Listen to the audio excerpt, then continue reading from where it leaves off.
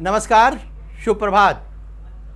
Live express में आप सभी धर्मवृंदों का, भक्तजनों का और श्रद्धालुओं का स्वागत है। आज हम बात करेंगे दर्पण की। दर्पण एक वो जो स्थूल दर्पण जो हम देखते हैं, जिसमें हमें अपना उस आईने में हमें अपनी सूरत दिखाई देती है, और एक वो दर्पण होता है जो ज़मीरी आईना कहलाता है, जो हमारी आंतरिक चेतना से जुड़ा हुआ है।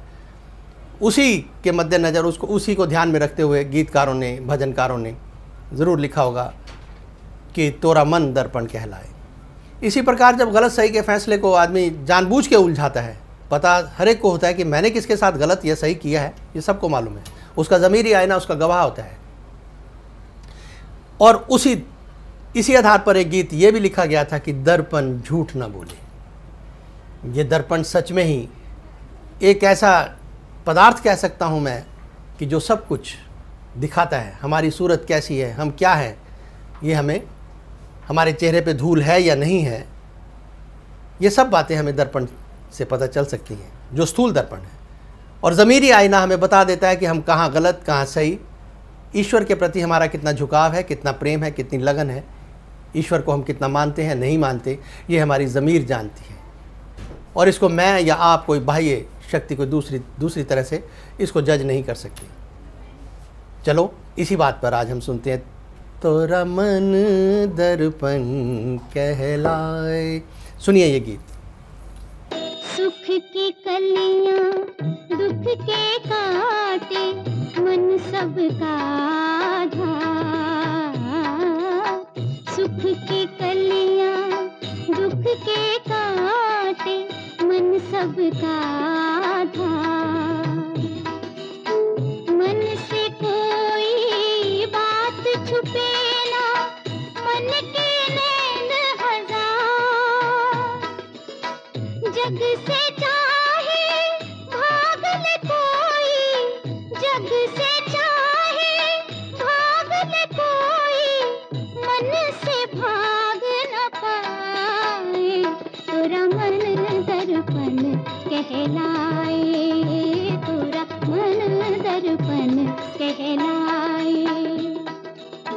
भले बुरे सारे कर्मों को देखे और दिखाए, तोरा मन दर्पण कहलाए, तोरा मन दर्पण कहलाए।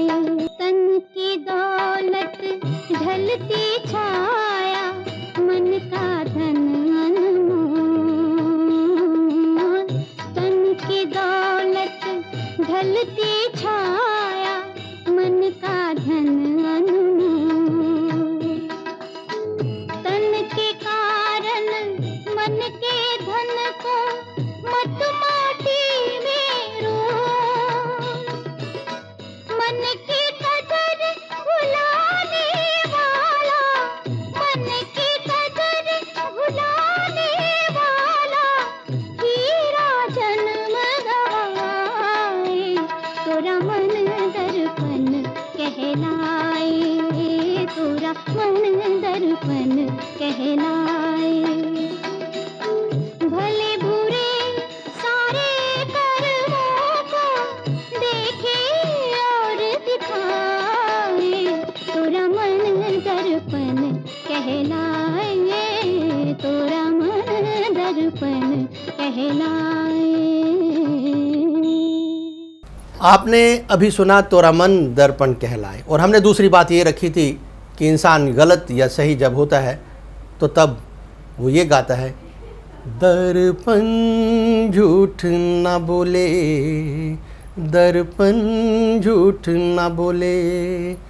दर्पण झूठ ना बोले, जो सच था तेरे सामने आया, हंस ले चाहे रो ले। सुनिए ये गीत। दर्पण झूठ ना बोले, दर्पण झूठ ना बोले, दर्पण झूठ ना बोले, दर्पण झूठ ना बोले।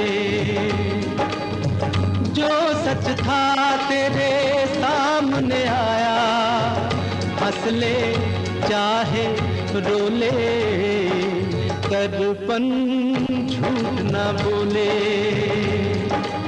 दर्पण झूठ ना बोले, दर्पण झूठ ना बोले।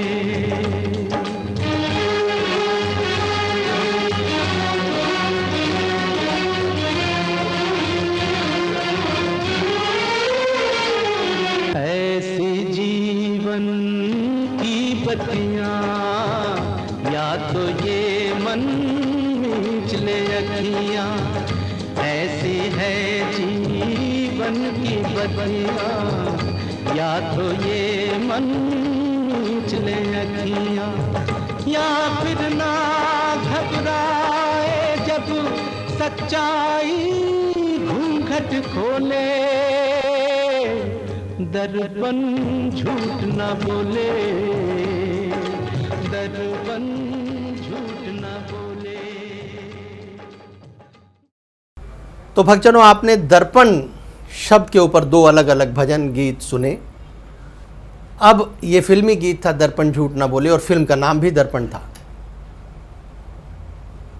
ये हमारी अपनी सोच पर निर्भर करता है कि इन बोलों को हम किस तरह से अपने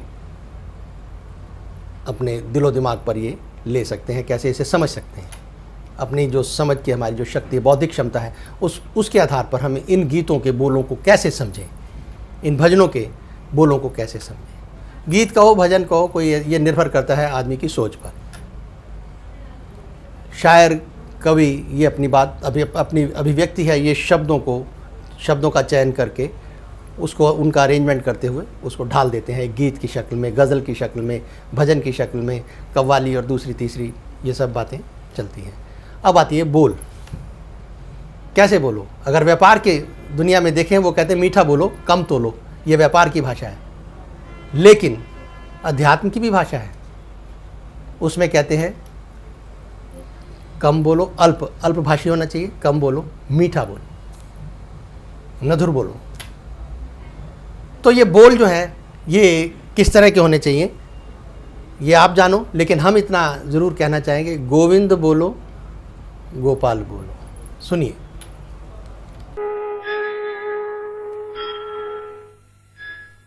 गोविंद बोलो, हरि गोपाल बोलो, गोविंद बोलो, हरि गोपाल बोलो, गोविंद बोलो, हरि गोपाल बोलो, गोविंद बोलो, हरि गोपाल बोलो, गोविंद बोलो, हरि गोपाल बोलो, गोविंद बोलो, हरि गोपाल बोलो, राधा रमण हरि गोपाल बोलो, राधा रमण हरि गोपाल बोलो, गोविंद बोलो, बोलो गोपाल बोलो, गोविंद बोलो, बोलो गोपाल बोलो।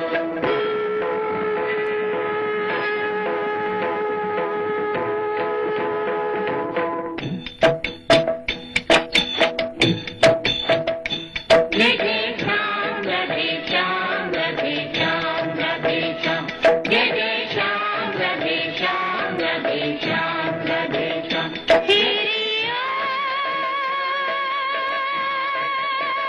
मुझसे मोरा श्याम रूठा,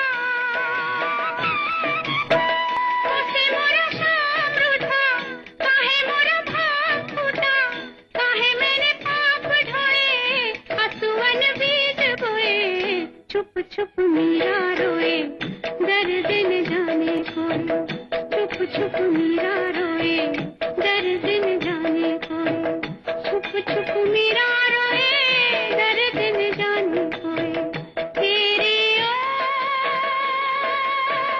मुझसे मोरा श्याम रूठा।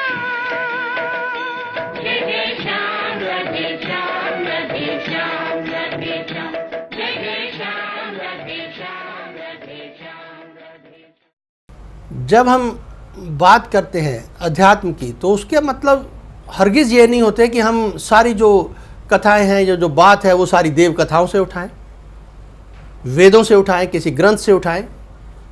सवाल ये है कि अध्यात्मवाद है क्या? मानवतावाद से या मानवता से उसका क्या क्या रिश्ता है, उसके मूल्य क्या कहते हैं, मानवीय मूल्य क्या हैं और आध्यात्मिक मूल्य क्या हैं। इन मूल्यों को हम पहचानते नहीं और बातें जहाँ तक है वो बड़ी बड़ी कर लेंगे, बड़े बड़े उदाहरण दे देंगे, बड़ी बड़ी व्याख्या दे देंगे। ये सब बातें ठीक हैं, लेकिन मूल बातें हैं उन्हें भी पहचानना चाहिए। कहते हैं कि कलयुग है, कलयुग में हे रामचंद्र कह गए सिया से ऐसा कलयुग आएगा। अरे वो क्या कह गए, अभी रामचंद्र जी तो कह गए होंगे, बहुत अच्छी बात है, लेकिन मैं ये कहता हूँ कि अब वर्तमान का जो हम देख रहे हैं, अब भी मेरे ख्याल है रामचंद्र जी को आना चाहिए और समझाना, ये देखना चाहिए, समझना चाहिए और समझाना चाहिए कि हाँ जो हमने कहा था वो कितना गलत कितना सही है। हंस चुगेगा दाना तिनका, कौआ मोती खाएगा। ये 40-45 साल पहले तो फिल्म में भी आ गया। गोपी नाम के एक फिल्म थी, उसमें ये गीत गाया गया था कि हे रामचंद्र कह गए सिया से। तो आज हम उसी गीत को, इतने पुराने गीत को, 40-45 साल पुराने इस गीत को हम भी दोहराना चाहते हैं कि ये सच बात है जो तत्कालीन परिस्थितियों में कही, त्रेता युग में श्री राम ने कही, और इस द्वापर युग में, द्वापर युग के बाद द्वापर युग भी गया और उसके बाद आज कलयुग में फिल्मों के माध्यम से हमें फिर बताई गई। तो आइए हम उसी गीत को फिर दोहराते हैं, हे रामचंद्र कह गए सिया से। सुनिए ये गीत। हे रामचंद्र कह गए सिया से, रामचंद्र कह गए सिया से, ऐसा कल युग आएगा, हंस चुगेगा दाना दुन का, हंस चुगेगा दाना दुन का, कौआ मोती खाएगा। हे जीरे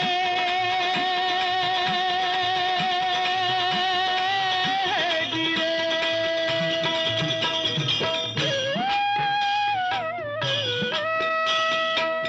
सिया ने पूछा भगवन, कल युग में धर्म कर्म को कोई नहीं मानेगा?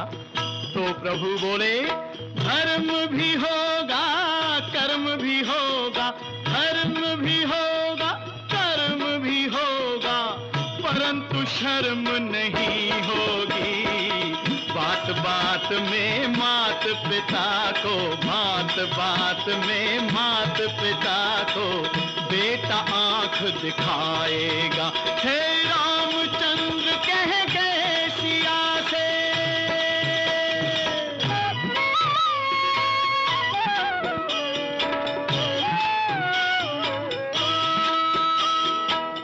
राजा और प्रजा दोनों में होगी निस दिन खींचातानी,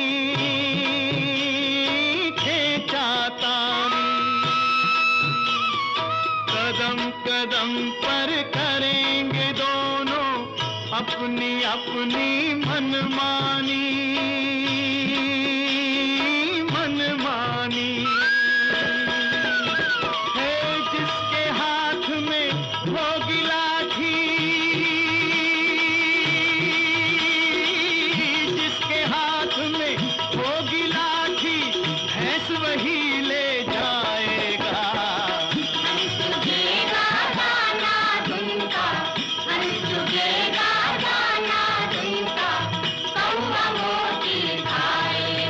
हे रामचंद्र कह गए सिया से।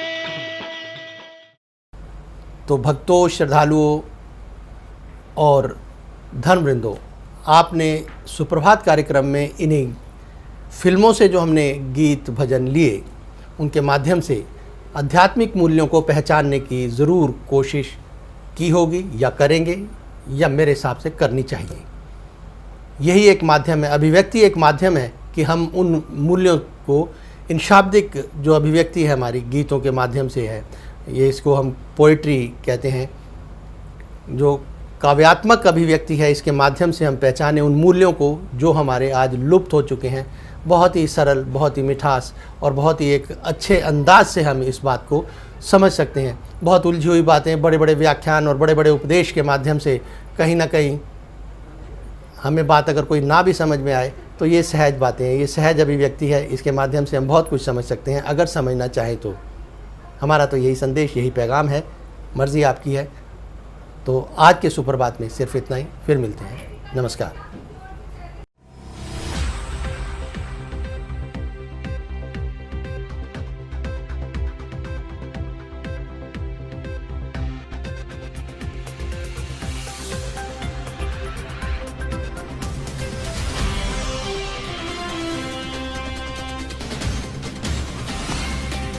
ये है लाइव न्यूज नेटवर्क और आप देख रहे हैं लाइव एक्सप्रेस 24/7 ऑनलाइन चैनल।